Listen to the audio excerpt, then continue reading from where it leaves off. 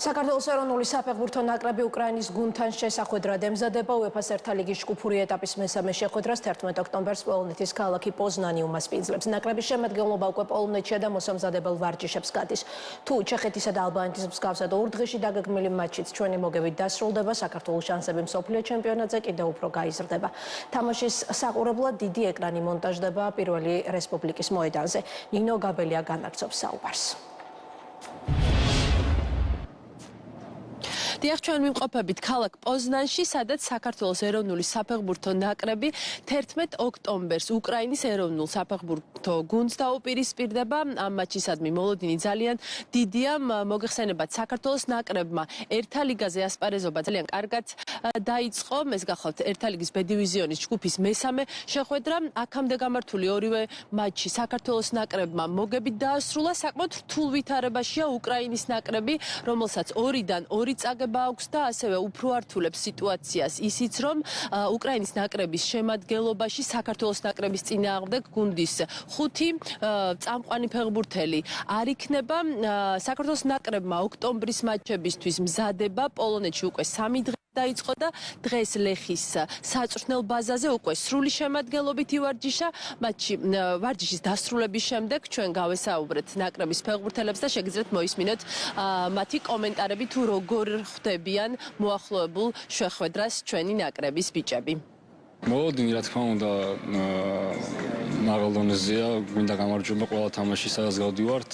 ვიცით, რომ ძლიერი ნაკრებია, ძლიერი ფეხბურთელებით დაკომპლექტებული გუნდია და ჩვენ მაქსიმალურად ვემზადებით, მაქსიმალური კონცენტრაციით და გავაკეთოთ ყველაფერს, რომ ქართველი ხალხი გავახაროთ კიდევ ერთხელ. ეს თამაში იგივენაირად ჩავატაროთ, როგორც სექტემბრის თამაშები ჩავატარეთ, მაქსიმუმი უნდა გავაკეთოთ მოედანზე და იმ მოსამზადებელ პერიოდში, რასაც ერთად გავდივართ ახლა და მნიშვნელოვანია იმ კარგი დაწყებული ციკლის გაგრძელება უკრაინასთან კარგი თამაში და გამარჯვებით. და მუხტის შენარჩუნება არის მნიშვნელოვანესი, იქიდან გამომდინარე, რომ ეს ყველაფერი გვეხმარება შემდეგ თამაშებში უფრო კარგად ვიასპარეზოთ. ძალიან მნიშვნელოვანია, რომ დავამტკიცოთ, რომ თქვათ ის ორი თამაში ჩემპიონატის შემთხვევითი არ იყო და ჩვენ სისტემატიურად შეგვიძლია მაღალ დონეზე თამაში.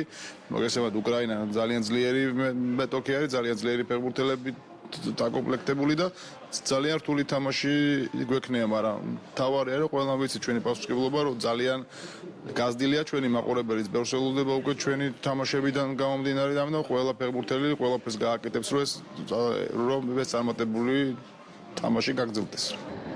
როგორც კომენტარებში მოისმინეთ, საქართველოს ნაკრებში ნამდვილად არის საბრძოლო განწყობა და ბიჭები ყველაფერს აკეთებენ იმისთვის, რომ დასახულ მიზანს მიაღწიონ და ეს შეხვედრაც წარმატებით დაასრულონ.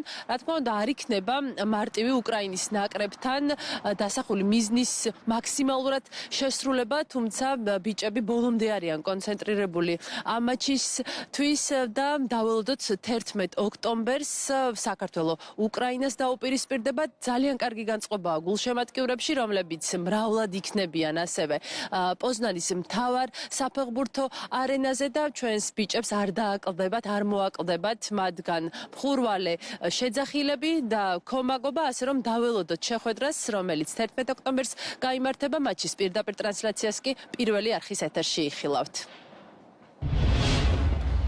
წარმატებები საქართველოს ეროვნულ ნაკრებს 11 ოქტომბერს.